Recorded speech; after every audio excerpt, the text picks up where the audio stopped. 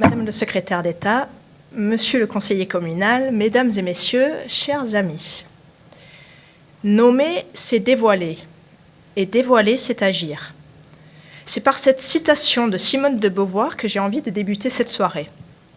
De parole, il en sera beaucoup question ce soir. De la parole des enfants, de la parole des adultes, de la parole qu'on entend mais qu'on n'écoute pas. De notre capacité à prendre en considération la parole des victimes et à la croire, même quand elle est dérangeante. Et surtout cette parole qu'on n'ose pas toujours dévoiler. Car la libération de la parole des femmes reste très fragile. Cette parole des femmes a souvent été contrariée, réprimée, dévalorisée.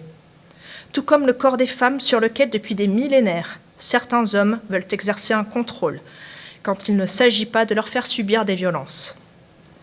Puisque ce soir, nous allons parler des violences faites aux femmes dans le milieu du sport, je voudrais vous partager quelques chiffres. Selon une étude de l'UNESCO publiée en 2023, 21% des athlètes féminines ont déclaré avoir subi des abus sexuels durant leur enfance. Seulement 7% de ces violences sont signalées, principalement en raison de la peur de la stigmatisation, de l'exclusion ou des représailles.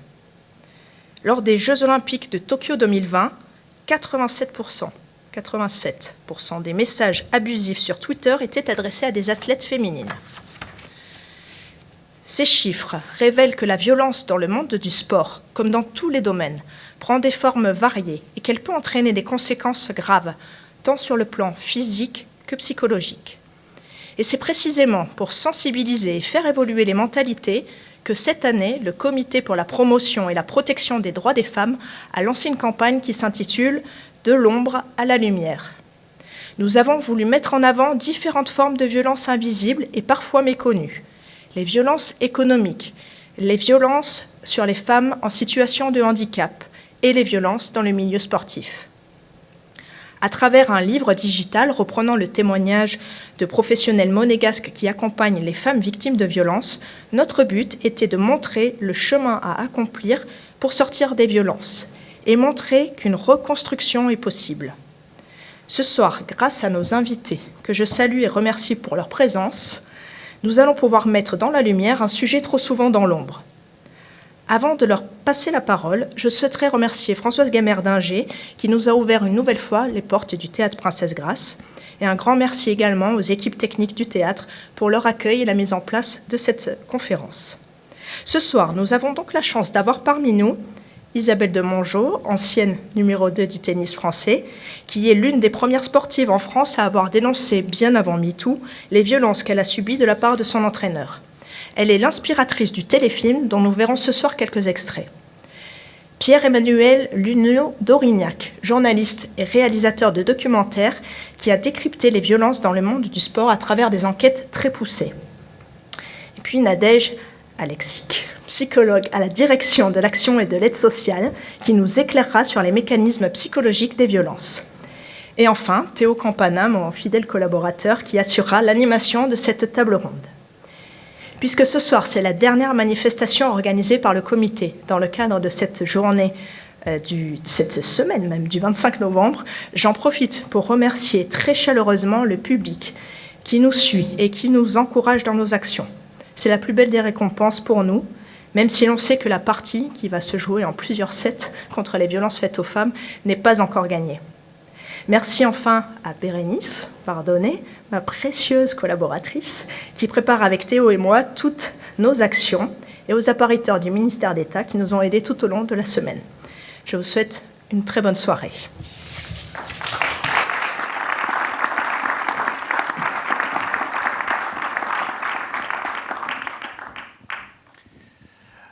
Bonsoir à toutes, bonsoir à tous. Merci d'être là. Enfin, vraiment, votre présence, elle est super importante ce soir. Merci évidemment à nos intervenants, à Isabelle, Pierre-Emmanuel et Nadège d'être au rendez-vous. Comme vous allez le voir, notre événement de ce soir va s'articuler autour d'extraits d'un film, Service volé, qui est inspiré du livre du même nom que vous avez écrit, Isabelle. Le film est une fiction, le livre est autobiographique.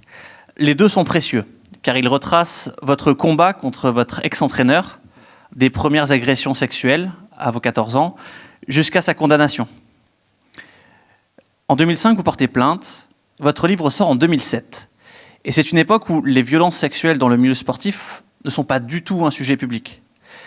La plupart des victimes, c'est difficile d'en parler pour elles. À plus forte raison, publiquement. Avant qu'on rentre dans le film, qu'est-ce qui vous a poussé à faire ce choix d'écrire un livre ? Bonsoir. En fait, il y a eu plusieurs étapes où, quand c'est un médecin qui déclenche en fait, le fait d'avoir envie de parler et de l'évoquer avec des avocats et peut-être lancer une procédure, c'est vrai qu'après, très rapidement, je suis en fait dans l'obligation en fait d'essayer de pouvoir délivrer un petit peu tous ces secrets cachés depuis pas mal d'années. Et je me dis, il faut quand même remettre dans le contexte. Vous verrez qu'à un moment donné, on se rend compte que très rapidement, quand j'appelle un avocat, malheureusement, je ne suis plus dans les temps pour porter plainte et je suis prescrite. Et de là, je me dis, finalement, c'est peut-être quelque chose qui va se faire sans moi, sans que je puisse, en tout cas, raconter les faits, sans que je puisse peut-être vivre des assises. Et finalement, je vais le faire pour moi et pour aller mieux. C'est une forme de thérapie que j'ai souhaité faire au départ. J'ai trouvé une co-autrice qui m'a aidée à écrire ce livre. Et très rapidement, pour l'anecdote, quand elle vient me rencontrer, elle me dit ça va durer quelques jours. Et au bout d'une journée, je lui dis c'est bon, j'ai dit tout ce que j'avais à dire, ça va aller, tu vas pouvoir faire un livre de 200 pages. Ah non, ça va pas être possible, Isabelle, il va falloir que tu m'en dises plus. Écoute, quand même, je t'ai tout dit là.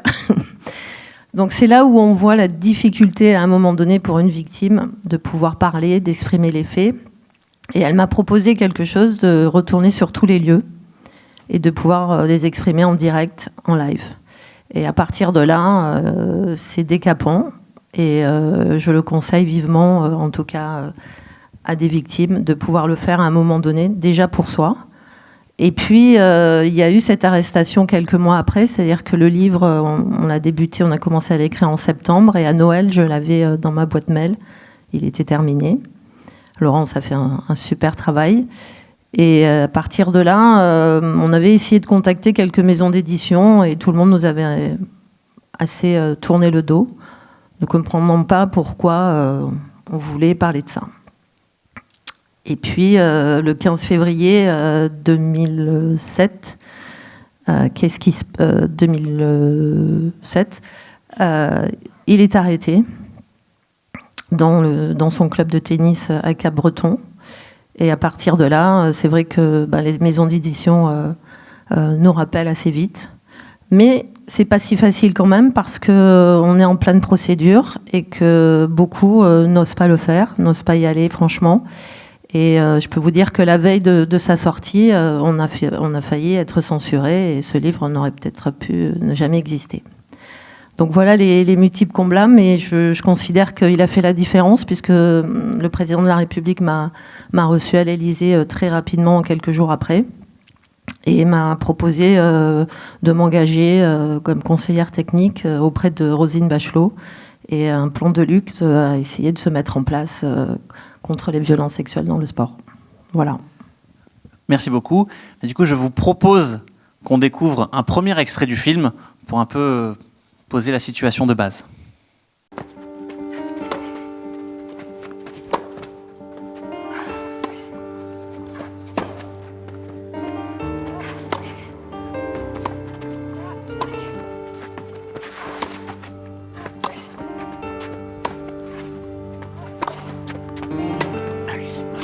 Allez. Le point. Allez. 2, 7 et match Isabelle Demongeot.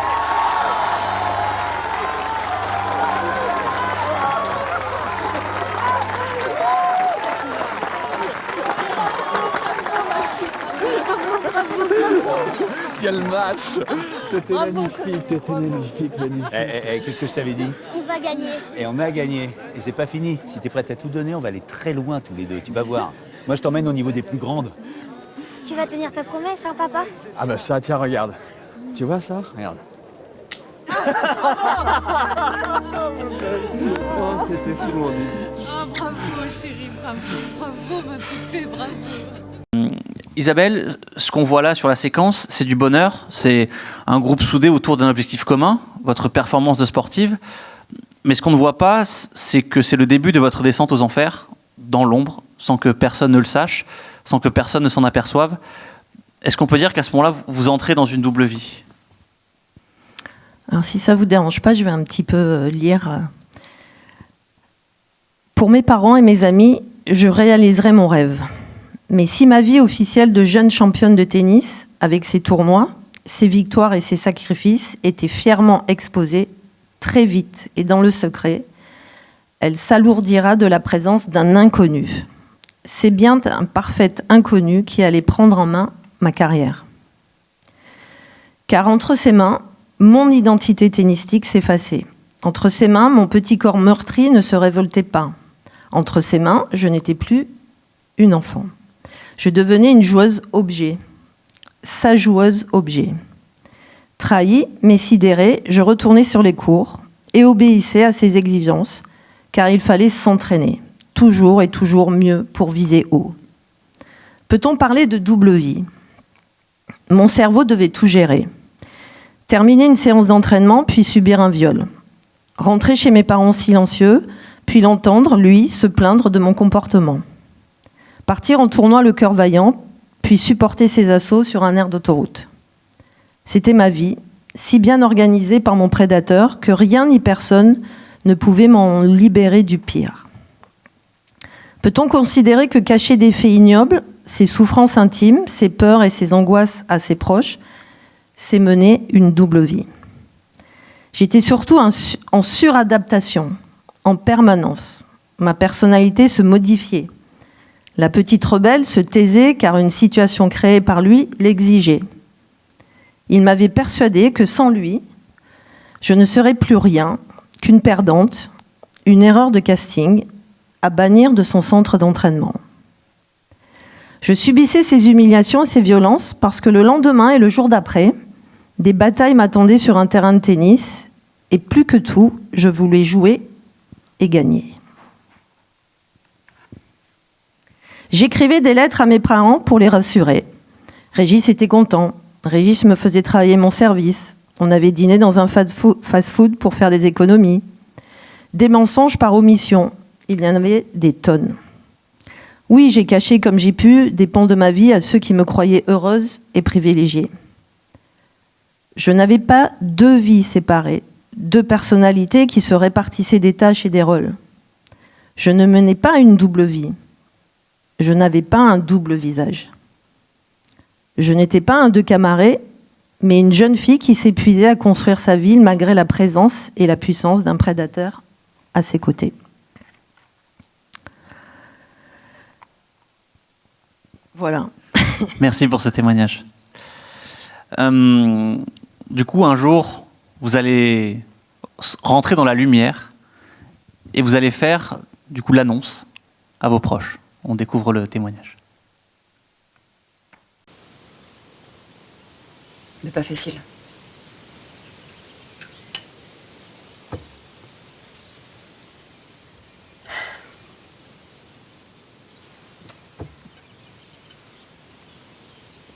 Tony a abusé de moi. Il m'a violée. Pour en avant. Moi, une fois par semaine. Dans les hôtels, pendant les tournois, il venait dans ma chambre. Au club. Le soir, quand les filles étaient parties. Sur la route. En me ramenant ici. Mais pourquoi tu nous as rien dit? Quand je l'ai quitté il y a 15 ans, je voulais vous le dire. J'ai pas réussi.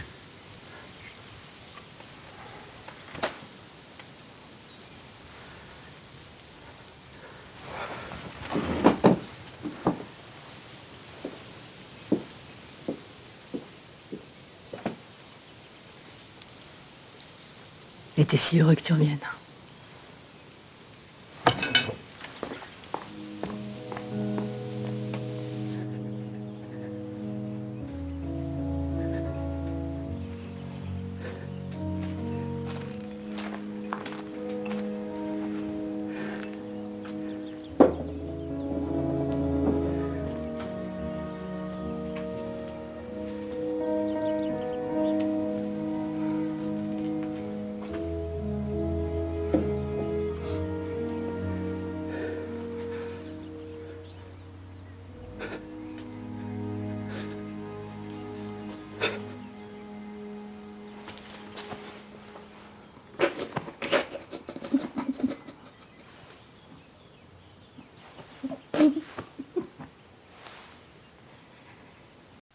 L'annonce à ses proches, c'est la rupture brutale et soudaine d'une illusion, de l'innocence.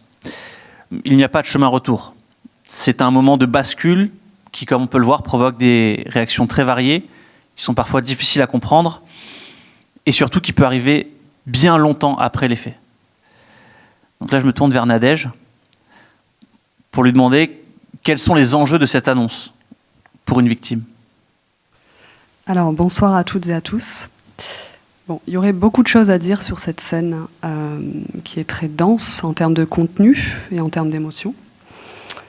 Il y a des réactions très différentes au sein de la famille. On voit la colère du frère, la sidération du papa. Et moi, je vais m'attarder un peu plus sur la réaction de la sœur et de la maman. Donc la sœur demande, avec incrédulité, « Mais pourquoi tu nous as rien dit ?» Et la réponse d'Isabelle, c'est « J'ai essayé il y a 15 ans et je n'ai pas pu ».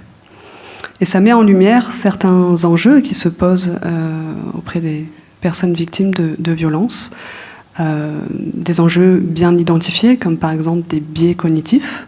Il y a un biais cognitif qui est très bien identifié, qui est le biais de responsabilité personnelle, à savoir que la personne victime va s'attribuer la faute des violences subies.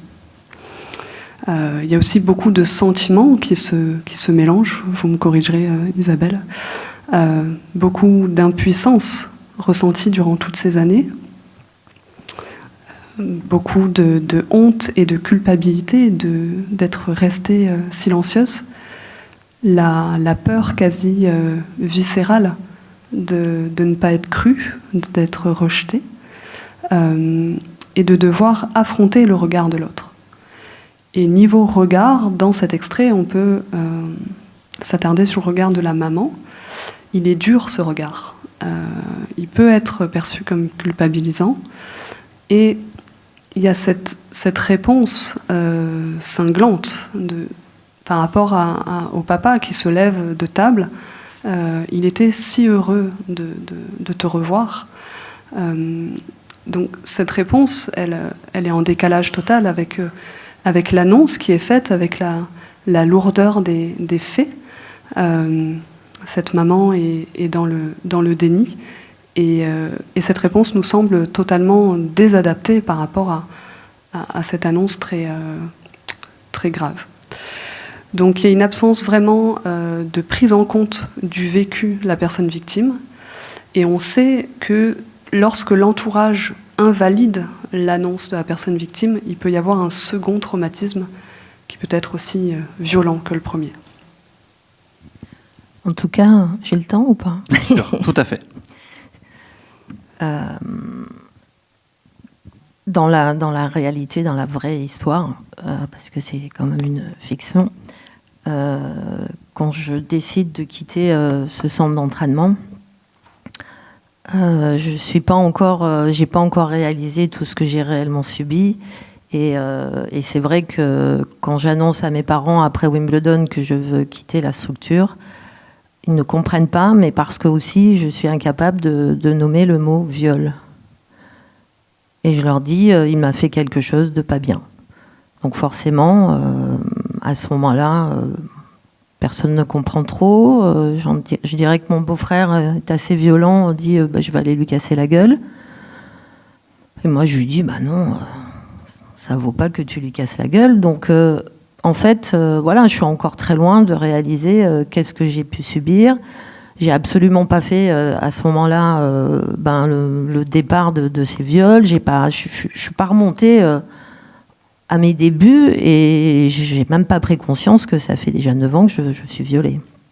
C'est bien après que, quand ce médecin me réveille, que du coup, là, je me mets devant une feuille et je me dis, c'était où la première fois, c'était quand, comment, qu'est-ce. Et voilà la difficulté, à un moment donné aussi, pour la famille d'accompagner des victimes, pour accepter ce qu'on est en train d'entendre, et en même temps, où on peut aussi se tromper de combat, puisque à cette époque-là, c'est vrai que c'est assez surprenant, parce ça va vous faire drôle, c'est de penser que finalement, ce sont mes parents qui m'ont sorti d'affaires, finalement, en me disant, après le Masters de New York en 88, c'était donc toujours à la période de novembre, quand on rentre, ils me disent, écoute, en simple, ça va pas bien, il faut absolument que tu arrives à travailler ton mental. Et ils me mettent dans les mains de quelqu'un qui va essayer de me libérer, en tout cas par des massages, par un travail mental de visualisation, de respiration, de yoga. Mais finalement, dès la première rencontre avec cette personne, bon, c'est à travers un massage, ça c'est vrai que on a débuté par un massage complet. Et c'est en rentrant chez moi où je suis plus capable de le garder pour moi. Mais c'est tellement fort et intense que du coup je rappelle cette personne et je lui dis je dois absolument vous parler. Après, la difficulté, c'est que à ce moment-là, vu que c'est le dieu du tennis, vu qu'il a quand même de gros résultats, puisque j'ai Nathalie Tauziat qui est à mes côtés aussi, qui marche fort, c'est vrai que moi j'ai du mal à me dire, est-ce que je vais pouvoir aller choisir une nouvelle aventure dans le tennis et un nouveau coach. Est-ce que ce que je connais, c'est pas presque mieux que ce que je connais pas, c'est-à-dire l'avenir avec incertain de comment je vais construire ma carrière. Et du coup, je tente d'éviter l'évitement total de tout ce qui pourrait m'arriver. Et à partir de là, je sens que je vais pas pouvoir tenir. C'est insupportable parce qu'il ne me coache plus. Et c'est pour ça que c'est la première fois à Roland-Garros, quelques mois après, que j'arrive à ne plus ouvrir la porte de ma chambre pour qu'il puisse me faire le bilan du match et donc me violer. Et voilà vraiment le cheminement des faits. Donc la famille, je trouve que ce sont... je conseillerais en tout cas à des victimes, c'est que tout le monde doit être accompagné et suivi par des thérapeutes, parce que c'est un vrai bouleversement que je n'ai peut-être pas ressenti, en tout cas au début, et que ça a été lourd. Et ma sœur est dans la salle. Je crois qu'elle a été très courageuse après, parce qu'on a envie de comprendre comment ça se passe, comment on a pu ne pas voir, comment ça a pu se passer, mais en tout cas, c'est lourd pour tout le monde autour. Merci bien.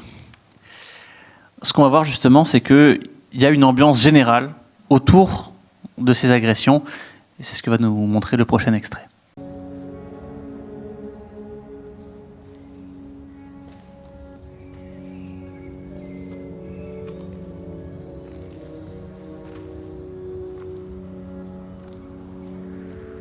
Qu'est-ce que c'est que ce bordel?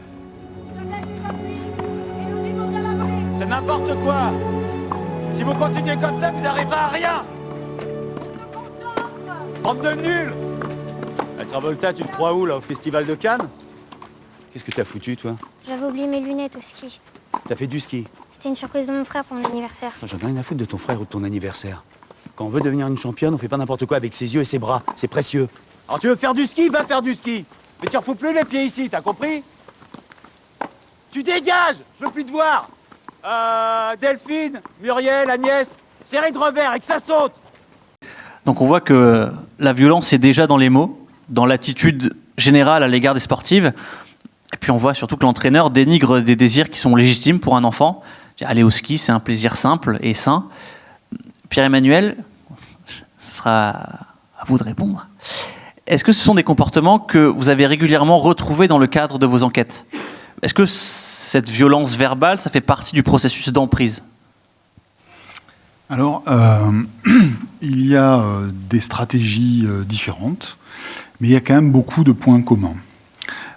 Et c'est pour cela, précisément parce qu'il y a beaucoup de points communs, que moi, dès que j'ai découvert en 2007 le livre d'Isabelle, que je l'ai lu, je me suis dit, mais ce qu'elle décrit de ce qu'elle a subi, de la réaction des parents, du positionnement, du jeu qui faisait un coup je t'aime bien, un coup je t'aime pas, hein, qui crée une espèce de perturbation chez l'enfant, qui casse sa volonté en quelque sorte. Tout ce mécanisme-là, qui s'est produit dans le tennis en France, je me suis dit mais ça peut se produire dans le football, ça peut se produire n'importe où, et puis dans d'autres pays. Voilà, donc il y a très longtemps, moi j'ai été, dès 2008, partisan, et un des rares journalistes, je n'en connais pas d'autres en fait, qui a dit c'est pas un problème de pédophilie, c'est un problème systémique qui touche le sport, et le sport, pas que le sport, mais qui touche le sport, et il y a des facteurs propres au sport qui amènent à la commission de ces actes.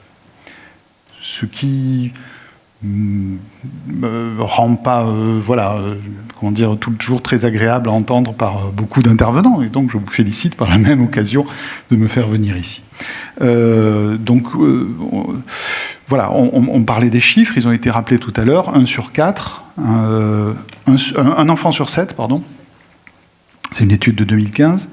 Une étude de 2021 parle d'un enfant sur 20 qui a subi, avant ses 18 ans, dans le sport, une forme de violence. Donc c'est assez vertigineux. Si on applique ça en France, si on applique ça ne serait-ce qu'ici, sur la population monégasque, en France, dans le monde entier, on parle de millions, de dizaines de millions de cas. Donc il n'y a pas des dizaines de millions de pédophiles dans le sport à un moment donné, il y a d'autres problématiques. Un homme de 65 ans avec une petite fille ou un petit garçon de 8, c'est de la maladie mentale. Un homme de 25 avec une jeune fille de 16, pas forcément, semble-t-il. Or, il y a des facteurs communs à ces deux situations, mais même si elles sont très différentes. Donc, ce que j'ai, pour vous répondre plus précisément, ce que j'ai dans les enquêtes que j'ai faites pendant plusieurs années, ce qui en ressort, c'est que c'est un homme, hein, celui qui commet ces actes la plupart du temps. Toutes les études tombent en général sur un chiffre de 90%, entre 90 et 95%, ce qui veut dire qu'il y a aussi des cas féminins, de femmes qui abusent. Et là, petite précision, excusez-moi, je suis un petit peu technique, mais bon, on m'a appelé pour ça. La différence entre violence et abus, les deux cas sont des violences, évidemment. Les abus se font sans que la victime en ait conscience. Voilà, c'est pour ça qu'on parle d'abus. C'est un adulte qui est en position d'autorité. La plupart du temps, ça peut être l'encadrement. Et dans la majorité des cas, ce sont des entraîneurs. Une étude danoise montre que on est sur 323 cas, à 77% des cas des entraîneurs. Pourquoi ? Parce que l'entraîneur a une place très particulière vis-à-vis de l'enfant. Il est investi par les parents. J'essaie de faire vite, mais voilà, pas la peine de détailler. Hein. Tu fais ce que dit le monsieur, attention, tu écoutes bien. Hein. Quand l'enfant est très jeune, faire ce que dit le monsieur, ça peut poser des problèmes. Et c'est surtout, pour les fédérations, c'est le faiseur de champions. Des enfants qui veulent jouer au foot, il y en a des millions. Ou devenir des superstars de tennis, etc. Donc les enfants sont immédiatement disponibles, je veux dire. Celui qui fait le champion, c'est pas l'enfant, c'est l'entraîneur. C'est l'entraîneur qui a le pouvoir. Donc pour la fédération, quand on apprend qu'il y a un entraîneur qui a déconné, c'est problématique. Parce qu'on perd une capacité pour cette fédération, pour ce club, à avoir des médailles. Je parle des trains qui n'arrivent pas à l'heure, comme le font les journalistes. Je parle des cas qui ne fonctionnent pas. Évidemment, ce n'est pas toujours le cas, on est bien d'accord, vous m'avez compris. L'entraîneur, il est en contact intime avec l'enfant, il le touche, il le voit grandir, il arrive à un moment donné en gymnastique, bon, il y a des gestes à faire, etc. Et puis l'entraîneur, il est en position de Pygmalion. C'est-à-dire qu'il a, dans le rapport à l'enfant, un sentiment presque de propriété. Je rebondis maintenant, je voulais le faire tout à l'heure, mais je ne voulais pas t'interrompre. Ce que tu disais, à un moment donné, je me sentais un objet. Voilà. Eh bien, l'entraîneur, et en particulier dans le haut niveau, il est face à l'enfant comme avec une chose dont il sait quand il est fatigué. Je dis, alors la jeune fille, ou le garçon aussi, quand elle est fatiguée, quand elle va bien, quand elle ne va pas bien, ça peut être le confesseur des parents, quand il y a une baisse de morale, etc. Donc, du coup, il est face à ce corps d'enfant, qui est un corps qui lui donne du plaisir quand l'enfant gagne. On a vu dans le film comment ça se passait. Eh bien, si l'entraîneur n'est pas formé pour cela, cette relation d'enfant-objet à sa disposition, avec cette proximité-là, pose question, est quelque chose qui est difficile à gérer s'il n'est pas formé pour cela. Merci beaucoup. Du coup, on va voir qu'effectivement, il y a d'autres problématiques qui vont encore se poser, notamment les fois où on a le courage de parler. Des fois, ça ne suffit pas. Delphine? Tony? Tony?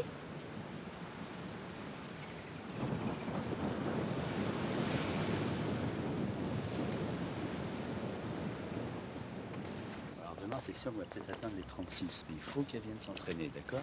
D'accord. Si elle dit non, il va faire trop chaud, il faut qu'elle vienne. Elle a besoin de voilà, c'est d'accord? Très bien. Allez, bye.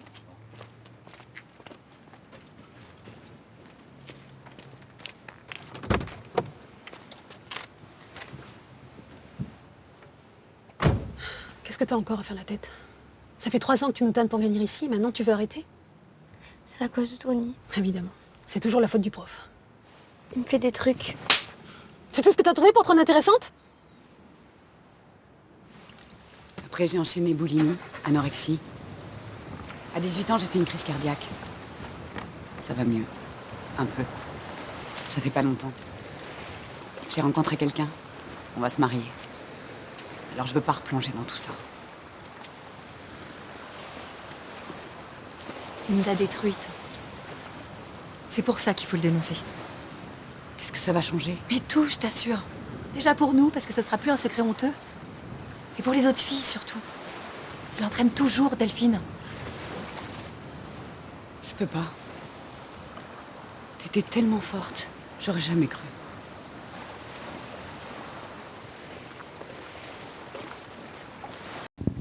Depuis le mouvement MeToo, le débat sur la validité de la parole des victimes continue d'occuper l'espace public.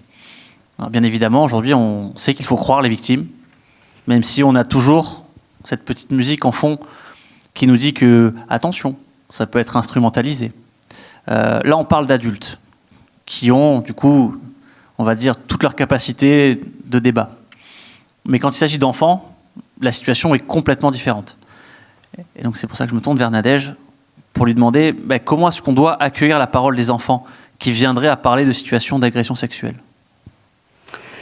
Alors, moi je vais me permettre de revenir un tout petit peu sur la scène, qui est violente sur plein d'aspects. L'aspect le plus visible étant bien sûr la gifle, la violence physique, qui est très nette. Bon, le fait de jouer au tennis par 36 degrés peut aussi être une violence.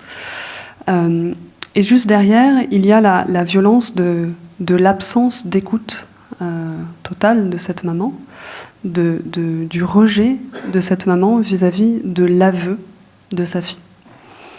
Donc, dans un monde idéal où tous les jeunes sportifs, les parents et leur entourage seraient hautement sensibilisés aux problématiques de violence sexuelle dans le sport, je dirais que la première des choses à respecter, c'est de prendre au sérieux la parole de l'enfant, la parole du jeune, de favoriser, dans la mesure du possible, son expression, avec un accueil bienveillant, et de ne pas orienter, minimiser ou banaliser le vécu. Si par exemple, un jeune ou une jeune qui rentre d'entraînement et qui va dire que dans le cadre de son entraînement, il a reçu une fessée, si jamais la réponse à ça, c'est je suis à peu près sûre que c'était juste une petite claque mignonne sur les fesses, ça n'a jamais tué personne, je suis à peu près certaine que par contre ça a dû te motiver.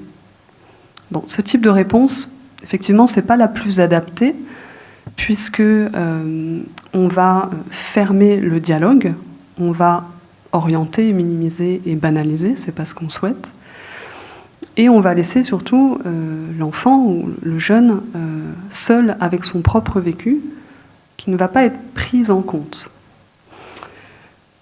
Donc, il faut se souvenir que le délai entre les actes commis et leur divulgation, plus ce délai est long, plus il y a un risque de répercussions psychologiques majeures, comme Delphine adulte le cite dans l'extrait. Et donc, pour éviter ça au maximum, il faut aiguiser nos yeux et nos oreilles à certains signaux de détresse qu'on peut repérer. Donc, par exemple, si un enfant a un comportement de repli, s'il évite l'entraîneur, si jamais il s'isole de son cercle amical,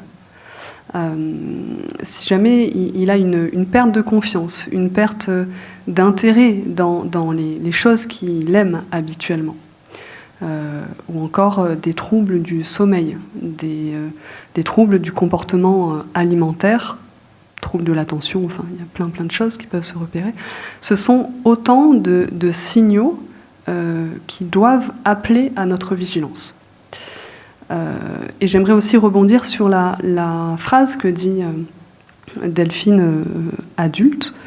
Elle dit « T'étais tellement forte, j'aurais jamais cru ».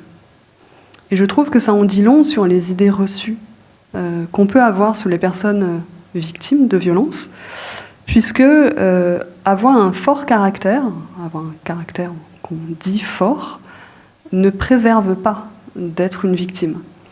Donc c'est à nous aussi, en tant qu'adultes, de ne pas tomber dans le piège un peu trop simple, de se dire, bon, cet ado ou cet enfant, je le connais, il a du répondant, je me fais pas de soucis pour lui, il ne sera pas touché par cette problématique. Bah si, il peut, et c'est à nous de rester très attentifs. Merci. Très court. Il faut juste se rappeler cette affaire. Je ne suis pas la seule victime. Nous étions 25 victimes, plus toutes celles qui n'ont pas pu parler, qui parleront un jour. Il faut savoir que Selim Asfar, récemment, il y a 2 ans, après 33 ans, a réussi à parler, et pourtant elle avait été entendue par les gendarmes à l'époque. Et on peut imaginer un petit peu cette difficulté de pouvoir extraire ces choses-là. Et justement, les parents, quand ils ont su que cette affaire était sortie, ils ont demandé à leur fille si elle n'avait rien subi.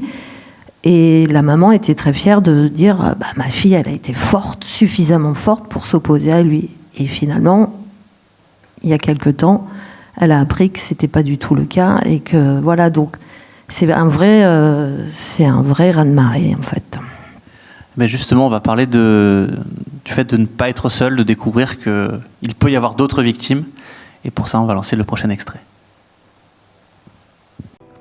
Chère vous toutes, je ne vous écris pas pour vous forcer la main. Vous qui avez confié votre enfance, vos espoirs, votre amour du tennis à Tony Maillan, vous avez cru comme moi qu'avec lui, grâce à lui et lui seul, vous pourriez devenir championne.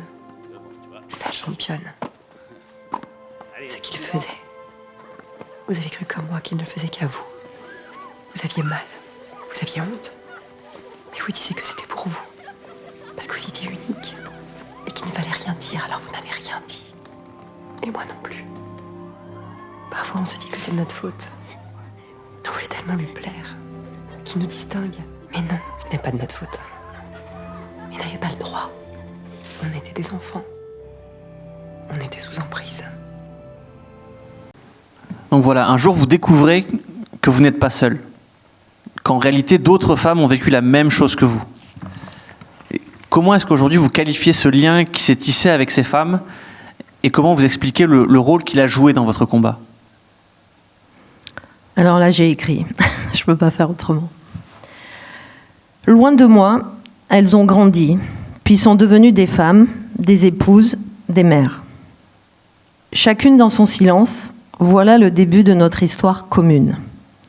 Ensemble sur les cours, mais chacune murée dans son silence. Nous avons ressenti côte à côte les mêmes blessures sans deviner nos souffrances respectives. Nous avions côtoyé le même prédateur qui trônait parmi nous, petites joueuses sagement rassemblées derrière un filet le long d'une ligne. Comment ne pas sentir son cœur s'emballer et souffrir quand les souvenirs de jupettes et de tresses virevoltants s'effacent et que d'autres images glaçantes s'imposent. Liées par une part de nos vies, sacrifiées au même endroit, par le même homme, liées par les mêmes rêves, liées par la même sensation de déchirure au ventre quand il abusait de nous. C'est un lien étrange, comme si tout s'additionnait, nos chagrins, nos humiliations, nos problèmes intimes, tous nos secrets. Et cette peur panique chez certains d'affronter le regard de ses proches. C'est le prix de la libération de la parole, un bouleversement personnel et familial. Mes petites sœurs de souffrance, je les ai cherchées, sûrement dérangées, mais elles m'ont accompagnée dans ce combat. C'était ma promesse, il sera jugé et condamné. Mais comment y croire et m'accorder leur confiance quand l'auteur des faits s'installe dans le déni? Elles devaient m'en vouloir car rien n'était moins sûr que la condamnation. Il n'allait pas s'avouer vaincu si facilement. Elle devait faire preuve d'un immense courage pour raconter les faits, préciser des détails, respecter la chronologie, ressentir sans bouger des regards hostiles. On devait se soutenir et ne jamais oublier que seules 2 victimes étaient non prescrites. Elles m'ont portée là où toute seule j'aurais pu m'effondrer. La pression, je connaissais, et plus particulièrement la pression médiatique. Ce n'était pas que l'affaire de Camaret, mais aussi l'affaire de Mongeau. Après l'arrestation de notre prédateur, la presse est emballée et je me suis retrouvée en première ligne. Les autres victimes anonymes ne souhaitaient pas être sollicitées par ces médias et encore moins être publiquement exposées. Et c'est par loyauté que je me suis engagée à les protéger de ces intrusions dans leur vie privée. Elles m'ont portée avec courage et humour parfois. On se comprenait vite et surtout on se révoltait ensemble, enfin. C'est cela, on s'est révoltés ensemble, côte à côte, sans plus aucun secret pour nous séparer. Merci beaucoup. Franchement, le médecin, derrière le médecin, je rencontre une ancienne copine de l'époque de ce centre d'entraînement. Je lui dis ce qui se passe. Elle me dit, mais ma sœur a porté plainte il y a 2 ans, dossier sans suite. Et en fait, dans la vie, il y a des choses que je pense que je suis venue sur Terre pour certainement régler certaines choses. Et c'est le cas. Mais il y a des bonnes choses qui arrivent à un moment donné et il y a des choses qui s'emboîtent facilement. Et du coup, cette rencontre avec cette autre victime, et puis on se dit, il y en a peut-être d'autres.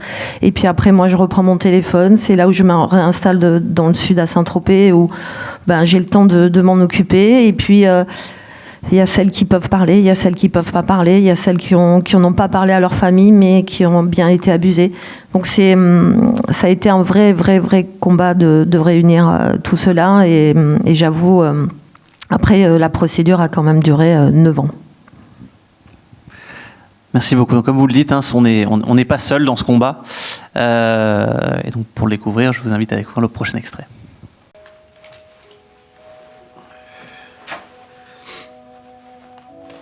Faire des courses, t'as besoin de quelque chose? Yves, chérie, Yves, regarde-moi. personne que j'aime le plus au monde. Je te fais du mal. Je voulais pas ça. C'est moi qui te demande pardon.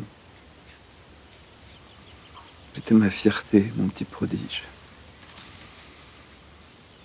Comment j'ai pu ne rien voir? Il n'y a qu'un seul coupable, papa. C'est lui. Certainement pas toi. On l'a assis à notre table. J'ai cru que c'était mon ami. Si je le croise, je le tue.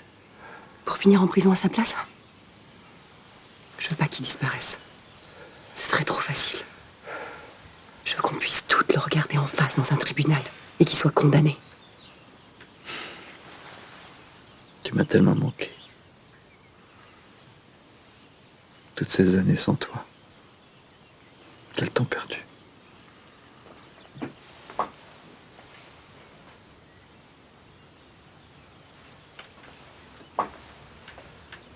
Il faut pas lui en vouloir.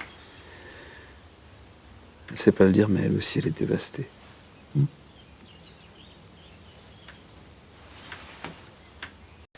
Alors, on parle souvent du sentiment de culpabilité, de honte, que les victimes peuvent avoir l'impression, à tort, que c'est leur faute. On en a parlé, on l'a vu dans l'extrait. Mais l'entourage n'est jamais épargné. Notamment les parents, qui se donnent pour mission de protéger leur enfant. Eux aussi sont touchés par l'ampleur de la souffrance que leur enfant a vécue. Dans votre documentaire « Violence sexuelle dans le sport », Pierre-Emmanuel, vous recueillez des témoignages qui sont déchirants à ce sujet. Je pense notamment à Karen Leach, la nageuse anglaise, et à Melissa Bess, l'ex-championne de motocross. L'interview ça me fait penser, j'ai pris des petits DVD, s'il y a des gens de ce documentaire, que j'offre au premier qui me le demande. Je vais en avoir 3 ou 4. Mais c'est un génie, hein. Je vous le dis, il n'y en a qu'un.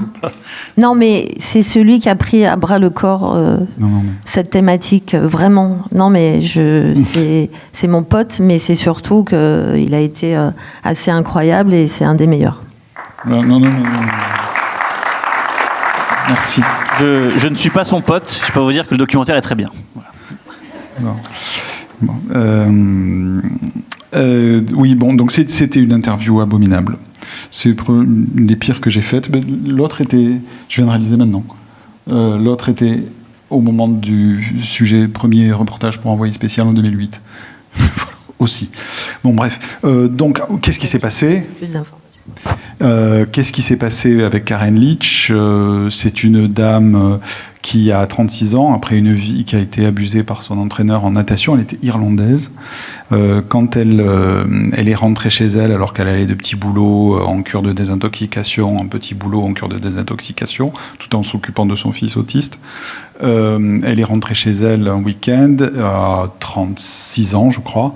Et là, il y avait un journal sur la table de la cuisine qui avait été posé là par sa mère, et il y avait le nom de son entraîneur qui avait été arrêté par la police pour des abus sur ses anciennes athlètes. Et la mère la regarde et lui dit « Mais c'était lui, et toi aussi ?» Et elle dit oui. Et le lendemain, sa mère s'est suicidée. Voilà. Donc les enfants, je crois que c'est très important de le dire, les enfants ne parlent pas. Si les enfants, là, nous avons ici une psychologue spécialiste de ces problématiques, mais voilà, vous l'avez dit tout à l'heure, je crois qu'il faut faire attention à ne pas à attendre énormément de la part des enfants, parce que s'ils ne parlent pas tout de suite, ils ne parlent pas. Et notamment parce qu'ils ont peur de faire du mal à leurs parents. Et c'était ton cas, ça a été le cas de Karen Leach, ça a été le cas de cette jeune femme. Bon. Les parents ne peuvent pas faire autrement que se sentir responsables. Autre chose, à mon avis, extrêmement importante, de façon pratique, si je puis dire, il ne faut pas non plus dire « je vais le tuer ». Si on te fait du mal, je vais le tuer. Dans ce même documentaire, Paul Stewart, abusé entre ses 11 ans et ses 15 ans par son entraîneur de football, comme une flopée d'autres garçons, par le même homme, il avait entendu ça. Et il me dit, moi, si je le disais à mon père allait partir en prison, je perdais mon papa. Donc il s'est tué. Donc c'est extrêmement délicat cet aspect-là. Donc il faut essayer d'agir, si je peux me permettre, en amont, avant qu'il y ait une part de libération de la parole de la part des victimes, mais il y a un travail gigantesque à faire en amont pour que ça n'arrive pas. Je rappellerai très rapidement au niveau de la victime, il y a des choses qui ont déjà été dites par Nadège ici, mais une autre chose, c'est que l'enfant est dans une position, dans le monde du sport, particulièrement vulnérable, parce qu'il a un rêve. Il est fasciné par il peut être fasciné par l'entraîneur, ou la coach, mais surtout, il veut atteindre son rêve. Paul Stewart se disait qu'il ne pouvait pas parler à ses parents, parce qu'en plus, cet homme-là le menaçait physiquement, en lui disant « je vais tous les tuer si tu dis quelque chose ». Mais aussi, il se disait « je serre les dents parce que un jour j'y arriverai ». Et il y est arrivé.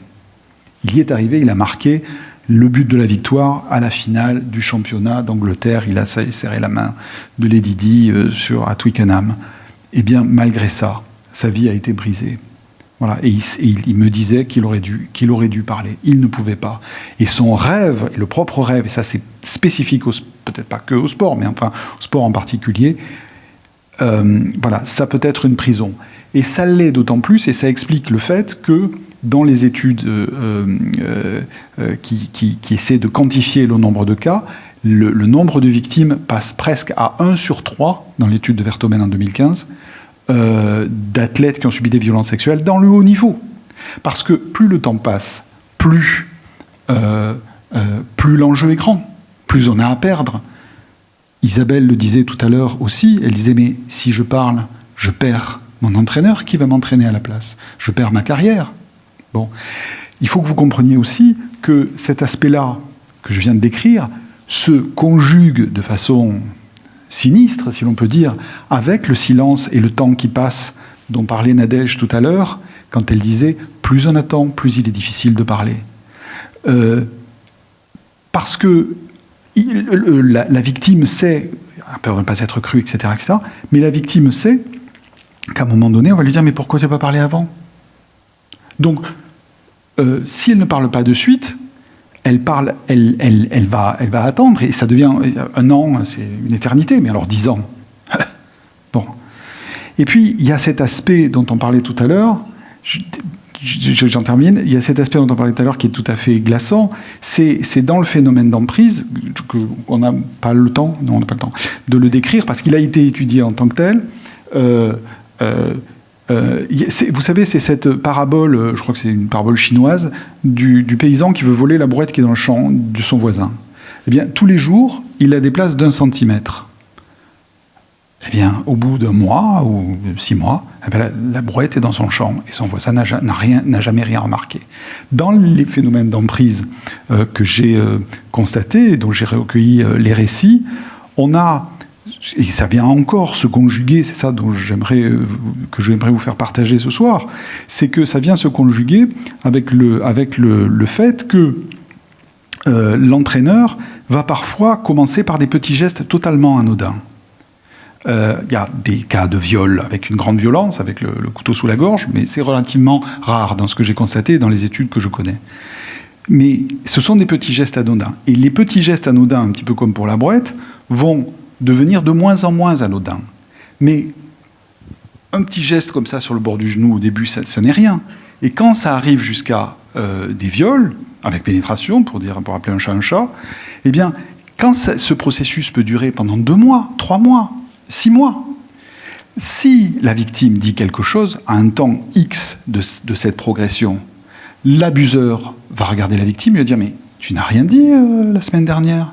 Si tu parles, j'expliquerai que la semaine dernière, peut-être que tu aimais ça, et la semaine dernière, tu ne disais rien. » Donc petit à petit, c'est le phénomène d'inversion de culpabilité dont parlait Nadège tout à l'heure, qui est qu'à un moment donné, l'abuseur devient co-responsable de ce qu'il subit. Voilà. Donc, je m'arrête là. Mais voilà, je voudrais vous faire... C'est une très bonne façon de m'arrêter. Donc effectivement, on va un petit peu se concentrer sur la réaction qu'on peut avoir lorsqu'on est, malheureusement, quand on est agressé sur le moment. Mesdames et messieurs les jurés, vous avez tous vu des reportages animaliers. Une antilope se fait attraper par un guépard. Elle est plaquée au sol, elle tremble. Une hyène arrive. Le guépard lâche sa proie et s'enfuit, mais l'antilope reste là, la tête penchée, paralysée, agitée de tremblements. Elle est en état de sidération. Et cet état la laisse à la merci d'un prédateur. Il en va de même pour les humains. L'état de sidération vous met sous l'emprise de votre agresseur. Surtout lorsqu'on est très jeune, comme l'était Séverine et toutes les autres victimes. C'est cette emprise qui vous cloue au sol, vous rend muet, parfois pour toujours, et vous tue. Tony Maillan a été le maître du jeu parce qu'il avait des proies plus faibles que lui. Plus faibles en âge, plus faibles physiquement, plus faibles psychologiquement. Le viol, mesdames et messieurs les jurés, est un moyen de tuer sans faire mourir, d'assassiner en laissant les victimes en vie. Et l'emprise continue, même après, même quand tout est fini. C'est pour ça qu'il faut parfois toute cette vie brisée pour arriver à dénoncer ces faits. Parce qu'on se sent trop sali, trop souillé, qu'on a trop honte, qu'on ne peut qu'enfouir tout ça sans s'en parler, en espérant oublier. Mais on n'oublie pas, monsieur Maillan. Vous avez détruit ces vies à perpétuité. Si. Si. Régis de Camaret, son vrai nom. Donc, l'effet de sidération advient de façon soudaine et s'empare du corps entier. Ce n'est pas un choix. Là, je me tourne vers Nadège. Est-ce qu'il y a des facteurs qui peuvent faire que l'on tombe dans la sidération plutôt que dans le combat ou la fuite, qui sont, eux, des refus manifestes de la situation? Alors, je vais peut-être prendre quelques minutes, je vais être synthétique, promis, pour resituer dans un premier temps ce qu'est l'état de sidération, même si l'analogie de l'avocate était parfaite. Donc, lorsqu'on fait face à un choc émotionnel très important, une agression de type sexuel ou pas, on peut se retrouver totalement paralysé. Donc, il y a une immobilité du corps qu'il ne faut toutefois pas confondre avec du consentement. Ce n'est pas du consentement. Cette absence de réaction corporelle va vraiment amplifier le ressenti de culpabilité des personnes victimes, puisqu'elles vont estimer qu'elles n'ont pas agi pour stopper les choses. Bon, je vais répondre à la question maintenant. Concernant les facteurs qui font que soit on se dirige plus vers l'état de sidération ou plutôt vers le combat et la fuite, à ma connaissance, donc il faudra une double vérification, je n'ai pas trouvé de consensus scientifique très clair concernant cette question, puisque ça implique des mécanismes neurobiologiques très complexes et individuels. Donc, s'il se passe, j'ai rien trouvé dans la littérature qui me dise s'il se passe ça, alors vous allez être sidéré, et s'il se passe ça, bon, vous allez combattre ou fuir. Je me permets juste de préciser une chose, il peut y avoir un petit flou du cas de figure dont on parle. Oui. Là, il s'agit d'un acte soudain. Voilà. J'y viens. Absolument. Voilà. Donc, ce que je décrivais plus tôt, il y a, hélas, tous les cas de figure, beaucoup, le phénomène d'emprise peut être extrêmement progressif. Et donc là, il n'y a pas à dire stop, ou alors assez tard, voilà, hein, si je peux me permettre. Oui, exactement. Donc, en tout cas, ce que l'on sait, notamment au niveau cérébral, c'est que face à une agression, on va solliciter un système de réponse au stress et à la survie. Et ce système de réponse, donc, il va y avoir une réponse cérébrale différente en fonction de si on est en sidération ou si on est en combat-fuite. Donc, toujours au niveau cérébral, la sidération est souvent associée à une activité intense de l'amygdale, qui est un peu comme le centre d'alerte, on va dire, de notre cerveau. Et en parallèle, à une diminution drastique de l'activité du cortex préfrontal, qui est le siège des décisions, on va dire. Et du coup, cette diminution drastique du cortex préfrontal va avoir pour conséquence une absence de réponse, une impossibilité à prendre une décision. Lorsqu'on se situe du côté du combat ou de la fuite, en revanche, cette réponse est favorisée par la production accrue de l'adrénaline, qui est l'une des hormones du stress. Et on constate aussi une meilleure coordination entre l'amygdale et le cortex préfrontal, ce qui permet une réponse motrice. Donc, pour résumer, voilà, j'ai pas trouvé, mais peut-être que Pierre-Emmanuel pourra compléter, pas de facteur objectivable sur quelle réponse va avoir notre cerveau face à une agression. Mais en tout cas, ce qu'il est vraiment important de rappeler, et ça a été rappelé dans la question, c'est que la sidération n'est pas un choix conscient, c'est vraiment une réponse automatique destinée à nous assurer une survie. Donc ça ne reflète pas un quelconque courage ou une quelconque faiblesse, il ne s'agit pas de ça, puisqu'on parle de mécanismes neurobiologiques adaptatifs. Merci beaucoup pour cette réponse très complète. Mais du coup, nous allons nous diriger vers le dernier extrait qui nous amène à la fin de cette histoire. Monsieur Maillan, veuillez vous lever. À la suite des délibérations du jury, la cour d'assises déclare Tony Maillan coupable de viol et tentative de viol sur mineur de moins de 15 ans et le condamne à la peine de 8 années d'emprisonnement. La séance est close.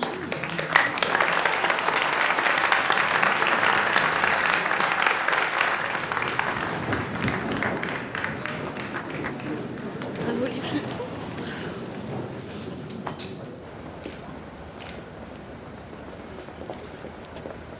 La honte a changé de camp!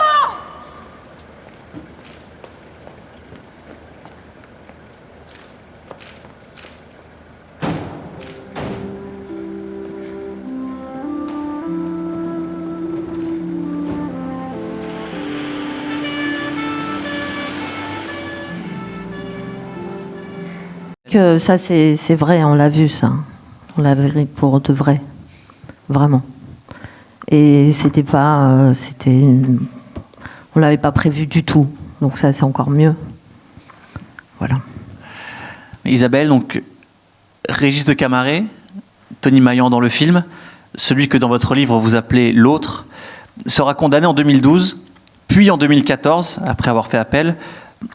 Mais c'est toujours difficile de considérer ces condamnations comme une conclusion satisfaisante au vu de la souffrance vécue, des efforts demandés pour obtenir justice, et surtout lorsque l'on voit l'ampleur du phénomène avec une multiplication des affaires à caractère sexuel dans le milieu sportif, et pas qu'en France. Quel est votre regard aujourd'hui sur le monde du sport dans son ensemble et sa gestion des prédateurs sexuels qui pourraient encore agir en son sein ? Je suis perdue, là, déjà. Vraiment. À mon époque, c'était l'omerta. Les fédérations... ce monde, il était presque intouchable dans cet entre-soi. Ils savaient tous bien se protéger, donc c'était compliqué. C'était inconcevable d'un moment de dénoncer quelqu'un, en fait. En 91, c'est Catherine Moyon-Debec qui a dénoncé des faits inacceptables dont elle a été la victime. Et à l'époque, elle n'avait pas reçu du tout le soutien de sa fédération. Et pourtant, la justice lui avait donné raison. Donc ça a été une des premières athlètes qui a été, en tout cas, qui a eu le courage de parler. Et je sais que moi, je l'avais rencontrée quelques années plus tard. Et c'est vrai que ça a été... elle m'a permis en tout cas d'avancer aussi dans mes démarches et c'était important.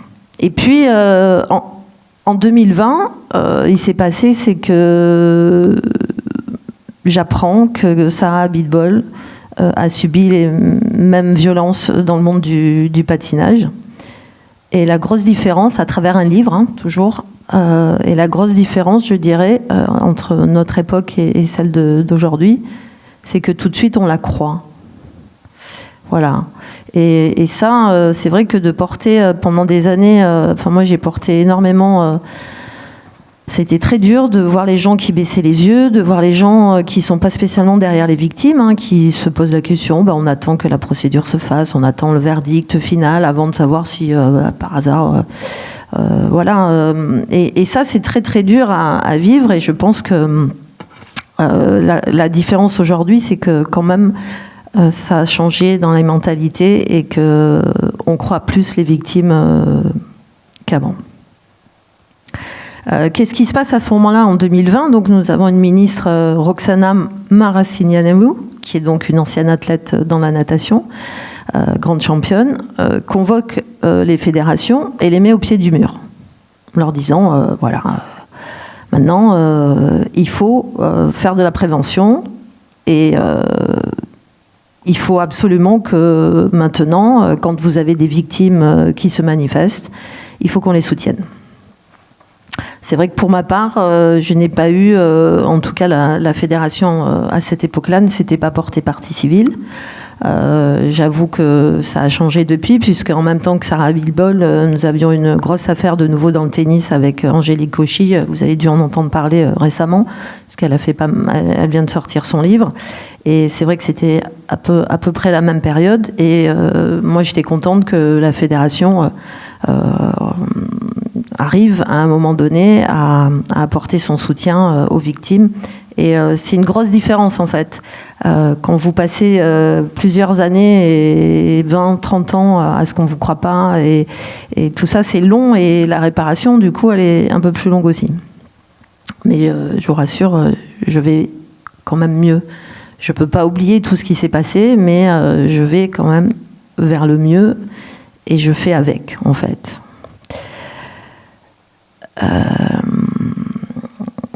La grosse différence, je dirais, c'est que le fait qu'on ait été, notre fédération a été pointée du doigt, une des premières, fortement. C'est vrai qu'il a fallu qu'elle réagisse. Et j'avoue qu'elle a été une des premières à monter, finalement, à réaliser que... Alors, je vais vous dire la petite anecdote, c'est que au moment où Sarah Abitbol déclenche quand même un raz-de-marée à ce sujet-là, j'ai à peu près 200 journalistes qui me laissent des messages en me disant « Qu'est-ce que vous en pensez ?» Et moi, je suis très, très en colère, parce que tout d'un coup, on réalise que même si on avait déclenché certaines choses en 91 et ensuite en 2007 avec le livre et le plan de lutte, on se rend compte que en 2020, on n'a pas vraiment avancé. Et du coup, me voilà partie dans mes esprits. Il fallait bien que ça m'arrive. Je ne réponds pas. Ouais. Non, mais... Ah oui, ce journaliste, je réponds à... Le seul journaliste avec lequel j'ai envie de parler, c'est celui de l'équipe. Et je lui dis, j'aimerais que tu mettes en titre, quand est-ce qu'on va nous tendre la main. Et il le fait. Voilà, c'est... non, c'est pas Franck Ramella, du journal L'équipe. Et j'ai un coup de fil quelques heures après du directeur général de la Fédération française de tennis, monsieur Jean-François Vielotte, qui m'appelle, qui était parti en Australie. Vous voyez que ça correspond au mois de janvier. Et il me dit, écoute, j'ai tout compris. Il faut qu'on se rattrape. Il faut qu'on envisage de travailler peut-être ensemble sur ce sujet-là, mais pas que. Et d'ailleurs, si on pouvait te redonner ta place aussi. Donc oui, peu de temps après, j'ai été réhabilitée, pas simplement experte des violences sexuelles, mais aussi on m'a redonné ma place dans l'enseignement, puisque je suis toujours sur le terrain. Et ce qui a été c'est vrai qu'à l'époque, si on réfléchit, donc en 80, il y a les faits, en 89, je quitte le centre d'entraînement, je suis numéro 2 française, 24 mondiale. C'est vrai que je peux quitter le tennis à ce moment-là, puisque ma psychologue me dit, en fait, vous avez 2 solutions, ou vous portez plainte, ou vous allez lui dire ces 4 vérités, parce que vous allez continuer à le côtoyer tout le temps, puisque vous allez continuer votre carrière. Et je me rends compte que j'ai une vraie passion pour ce sport et que je n'ai pas souhaité, en tout cas, m'en dégager et m'évader de tout ça, et qu'aujourd'hui je suis toujours sur le terrain et que j'avais besoin qu'on me tende un petit peu la main et ça fait du bien. Voilà. Merci beaucoup.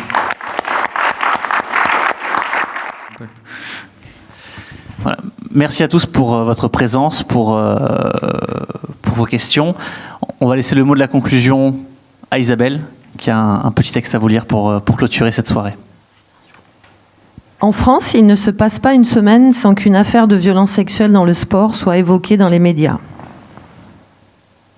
Alors, c'est ça le petit souci, c'est que on nous dit, mais t'as qu'à oublier, mais maintenant t'as qu'à passer à autre chose, mais on peut pas aujourd'hui. Ou alors on éteint la télé, et puis on n'écoute plus rien, on regarde pas les journaux. Hélas. Et même si on n'en parle pas, évidemment, qu'à Monaco, ce n'est pas différent. Vous aussi, vous avez des Isabelle de Mongeau, des Sarah Abitbol, des Angélique Cauchy. Le sport, c'est un besoin, un plaisir. Ça permet de forger des esprits. Parce que les valeurs du sport, c'est le dépassement de soi, la culture physique, le bonheur de gagner, apprendre à perdre pour gagner plus tard. Ce sont des valeurs qui donnent des clés pour toute la vie. Ce sont des valeurs sûres. On veut tous que nos enfants fassent du sport. Donc, quand le sport vous freine, vous empêche, vous blesse pour toujours, c'est contre nature. Ma chance à moi, cela aurait été d'être une championne, une sportive de haut niveau. Dans le haut niveau, on enseigne l'excellence. Cette excellence, je l'ai mise au service de ma réparation. Alors oui, je vis avec un handicap invisible. Mais jusqu'à mon dernier souffle, je lutterai pour que nos enfants évoluent dans un sport sûr et pour qu'ils soient entraînés sans violence. C'est pour cela que j'ai créé en juillet dernier l'association Bien Jouer. Au sein de Bien Jouer, je travaillerai sur la prévention des violences et la recherche pour un entraînement bienveillant. Ça fait quelque temps que je me pose la question en me disant il faut absolument qu'on arrive dès les premières heures de sport à avoir un encadrement bienveillant qui puisse être au contact de nos jeunes sportifs. Pour vous dire enfin, ma réparation, c'est la première thérapeute que je fréquente et qui m'aide à fuir les griffes de l'agresseur. Ma réparation, c'est parler, dire, mettre les mots. Ma réparation, c'est écrire le livre.